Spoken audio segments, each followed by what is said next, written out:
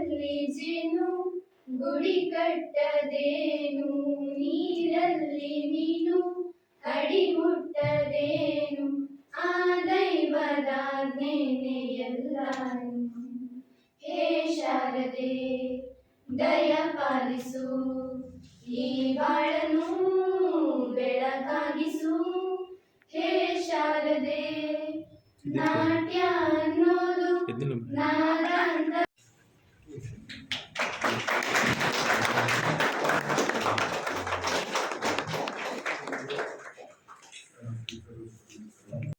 ದೈಹಿಕ ಶಿಕ್ಷಕರನ್ನ, ಕಂಪ್ಯೂಟರ್ ಶಿಕ್ಷಕರನ್ನ ಹೆಚ್ಚಿನ ಆದ್ಯತೆಗಳು ಕೊಡ್ತಾ ಅವರ ಮುಂದೆ ತಂದು ಈ ಶಾಲೆ ಅಭಿವೃದ್ಧಿ ಆಗ್ಬೇಕು ಅಂದ್ರೆ ದೈಹಿಕ ಶಿಕ್ಷಕರಿಗೆ ಕಂಪ್ಯೂಟರ್ ಶಿಕ್ಷಕರನ್ನ ಚೆನ್ನಾಗಿ ನೀವು ಉತ್ತೇಜನ ಕೊಟ್ಟು ಚೆನ್ನಾಗಿ ನೋಡ್ಕೊಂಡು ಹೋದ್ರೆ ಶಾಲೆ ಅಭಿವೃದ್ಧಿ ಆಯ್ತು ಅಂತ ಅನುಭವ ನನ್ನ ಶಾಲೆ ದೈಹಿಕ ಶಿಕ್ಷಕರ ಬೆಳಿಗಿಂಚು 5 ಗಂಟೆಗೆ ವಸತಿ ಶಾಲೆಯಲ್ಲಿ ಬಂದು ಮಲ್ಕೊಳ್ತಾರೆ, ಇಲ್ಲೇ ಇದ್ದಾರೆ ಹಾಸ್ಟೆಲ್ ಬಂದು ಮಲ್ಕೊಳ್ತಾರೆ. ಯಾಕೆ ಸರ್ ಅಂದ್ರೆ ಮಕ್ಕಳನ್ನ ನಾವು ಶಿಸ್ತಾಗಿರ್ಬೋದು, ನಮ್ಮ ಶಾಲೆ ಚೆನ್ನಾಗಿರ್ಬೇಕು.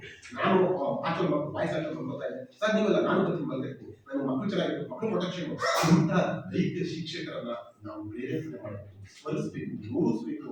ಮತ್ತೆ ಕಂಪ್ಯೂಟರ್ ಶಿಕ್ಷಕರನ್ನ ನಾವು ಸ್ಮರಿಸಬೇಕು. ಅವರು ಮನಸ್ಸು ಮಾಡುತ್ತೆ ಅಂತಂದ್ರೆ ಆ ಮಕ್ಕಳ ಒಂದು ವ್ಯಕ್ತಿತ್ವ ಬೆಳವಣಿಗೆಯಲ್ಲಿ ಪ್ರಮುಖ ಪಾತ್ರ ವಹಿಸುತ್ತದೆ ಮಾತನ್ನ ದಯಮಾಡಿ ಪ್ರಾಂಶುಪಾಲರು ಅಧಿಕಾರಿಗಳು ಈ ಸಂದರ್ಭದಲ್ಲಿ ಮಾತನಾಡಬೇಕು. ಕಂಪ್ಯೂಟರ್ ಶಿಕ್ಷಕರನ್ನ, ದೈಹಿಕ ಶಿಕ್ಷಕರನ್ನ ಶಾಲೆಗಳಲ್ಲಿ ಹೆಚ್ಚಿನ ರೀತಿಯಲ್ಲಿ ಗೌರವ ಕೊಟ್ಟು ಒಂದು ಒಳ್ಳೆ ರೀತಿಯಲ್ಲಿ ಕಾಣಬೇಕು ಅಂತ ಈ ಒಂದು ಸಂದರ್ಭದಲ್ಲಿ ಜನರಿಗೆ ಕೇಳ್ತಾರೆ. ಯಾಕೆಂತಂದ್ರೆ ಅವರ ಒಂದು ಬಹಳ ಅವರ ಸ್ಥಾನ ತುಂಬಿ ಮಾಧ್ಯಮ ಸಾಧ್ಯವಿಲ್ಲ. ಪ್ರಿನ್ಸಿಪಾಲ್ ಇಲ್ಲ ಅಂತ ಶಾಲೆ ಇರ್ತದೆ, ಆದ್ರೆ ಟೀಚರ್ ಇಲ್ಲ ಶಾಲೆ ಇರ್ತದೆ. ಪಿ ಟೀಚರ್ ಕಂಪ್ಯೂಟರ್ ಶಿಕ್ಷಕರ ಶಾಲೆ SS ಕಾಣಲ್ಲ, ಅಭಿವೃದ್ಧಿ ಕಾಣಲ್ಲ. ಒಂದು ಅಭಿವೃದ್ಧಿ ವ್ಯಕ್ತಿತ್ವ ಪರಿಪೂರ್ಣ ಬೆಳವಣಿಗೆ ದೈಹಿಕ ಶಿಕ್ಷಣ ಮತ್ತು ಕಂಪ್ಯೂಟರ್ ಶಿಕ್ಷಣ ಹೆಚ್ಚಿನ ಪಾತ್ರವನ್ನು ವಹಿಸಿದೆ ಅಂತ ಈ ಒಂದು ಕಾರ್ಯಕ್ರಮ ಯಶಸ್ವಿಗೆ ಸಾಕುತ್ತದೆ. ಎಲ್ಲರಿಗೂ ಪ್ರಣಾಮವನ್ನು ತಿಳಿಸ್ತಾರೆ.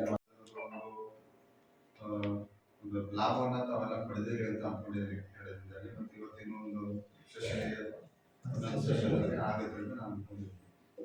ನಾನು ಮೂಲತಃ ಹೇಳೋದಿಷ್ಟೇ, ನೀವು B.Ed ಎಲ್ಲ ನೀವು ಮುಗಿಸ್ ಬಂದಿದೆ, ನಿಮ್ಮ ಮೆಥಡಾಲಜಿ ಮತ್ತೊಂದು ಬೇರೆ ಎಲ್ಲ ಥರದ್ದು ಟೀಚಿಂಗಿಗೆ ಬೇಕಾದಂಥ ಫೌಂಡೇಶನಲ್ ಏನು ಬೇಕೋ ಅದನ್ನು ನಿಮ್ಮ B.Ed ಕೋರ್ಸ್ಗಳಲ್ಲಿ ಮತ್ತು ನಿಮ್ಮ BA-ನಲ್ಲಿ ಮತ್ತು ಇಷ್ಟು ವರ್ಷ ನಿಮ್ಮ ವೃತ್ತಿ ಜೀವನದ ಅನುಭವದಲ್ಲಿ ನೀವು ಪಡೆದುಕೊಂಡಿದ್ದೀರಿ.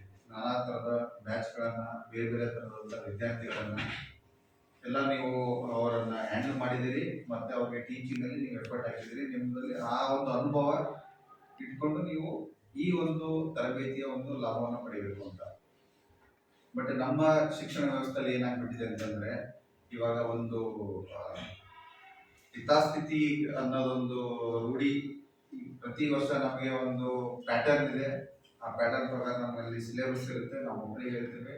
ಆ ಸಿಲೆಬಸ್ ತಕ್ಕನಾಗಿ ಈ ತರ ಡಿಫಿಕಲ್ಟಿ ಇರೋ ಕ್ವಶನ್ಸ್ ಇಷ್ಟು ಬರ್ತವೆ, ಈ ತರ ಡಿಫಿಕಲ್ಟಿ ಇರೋದು ಸಿಂಗಲ್ ಮಾರ್ಕ್ಸ್ ಲಿಸ್ಟ್ ಬರುತ್ತೆ. ಅದೊಂಥರ ಸೆಟ್ ಪ್ಯಾಟರ್ನ್ ಇದೆ. ಅದಿಷ್ಟಲ್ಲೇ ಮಕ್ಕಳಿಗೆ ನಾವೇನ್ ಮಾಡ್ತೀವಿ, ಒಂಥರ ರೆಡಿ ಗೈಡ್ ತರ ಹೇಳೋದು, ಓನ್ಲಿ ಮಾರ್ಕ್ಸ್ ತೆಗೆಸೋದಕ್ಕೆ ಸೀಮಿತ ಆದಂತ ಒಂದು ವ್ಯವಸ್ಥೆಗೆ ನಾವು ಒಪ್ಕೊಂಡ್ಬಿಟ್ಟಿದ್ದೀವಿ.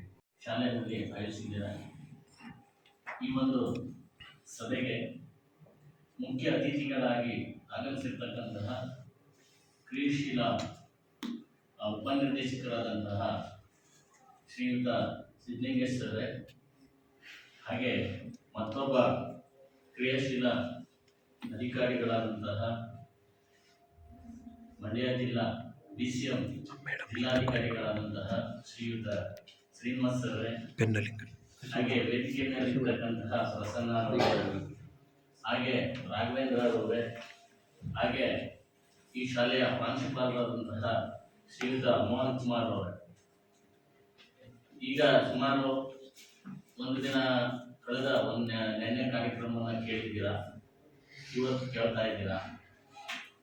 ಈ ಕಾರ್ಯಕ್ರಮ ನಮ್ಮ ಕ್ರೈಸ್ ವತಿಯಿಂದ ಆಯೋಜಿಸಿರೋದು ಅಂತ ಹೇಳುತ್ತೆ.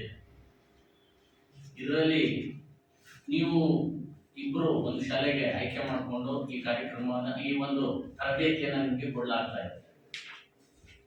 ಈ ತರಬೇತಿಯನ್ನ ಕೊಟ್ಟ ನಂತರ ಇದನ್ನ ತಾವೆಲ್ಲರೂ ಕೂಡ ಮಕ್ಕಳಿಗೆ ಅನುಷ್ಠಾನಗೊಳಿಸಬೇಕಾಗ್ತದೆ. ಇಲ್ಲಿ ನೀವು ಕಲಿತಂತಹ ವಿಚಾರಗಳನ್ನ, ತಿಳಿದಂತಹ ವಿಷಯಗಳನ್ನ ಮಕ್ಕಳಿಗೆ ನೀವು ತಿಳಿಸ್ಬೇಕಾಗ್ತದೆ. ಶಾಲೆಯಲ್ಲಿರ್ತಕ್ಕಂತಹ ಮಕ್ಕಳಿಗೆ ಮುಂದೆ ಅವ್ರಿಗೆ ಏನು ಓದಬೇಕಾಗ್ತದೆ, ಏನು ಓದ್ತಾರೆ, ಮುಂದೆ ಏನು ಅವ್ರ ಭವಿಷ್ಯದ ಬಗ್ಗೆ ಏನು, ಯಾವ್ಯಾವ ತರಗತಿ, ಯಾವ್ಯಾವ ಕೋರ್ಸ್ಗಳನ್ನ ತೆಗೆದುಕೊಂಡ್ರೆ ಅನುಕೂಲ ಆಗ್ತದೆ, ಮತ್ತೆ ಮುಂದೆ ಅವರು PUC ಹೋದಂತಹ ಸಂದರ್ಭದಲ್ಲಿ ಯಾವ್ಯಾವ ಆಯ್ಕೆಗಳನ್ನ ಮಾಡ್ಕೊಳ್ಬೇಕಾಗುತ್ತೆ ಅನ್ನೋದ್ರ ಬಗ್ಗೆ, ಯಾವುದು ಉತ್ತಮ ಅನ್ನೋದ್ರ ಬಗ್ಗೆ ನಿಮ್ಗೆಲ್ಲರಿಗೂ ಈಗಾಗಲೇ ತರಬೇತಿಯನ್ನು ಕೊಡ್ತಾರೆ.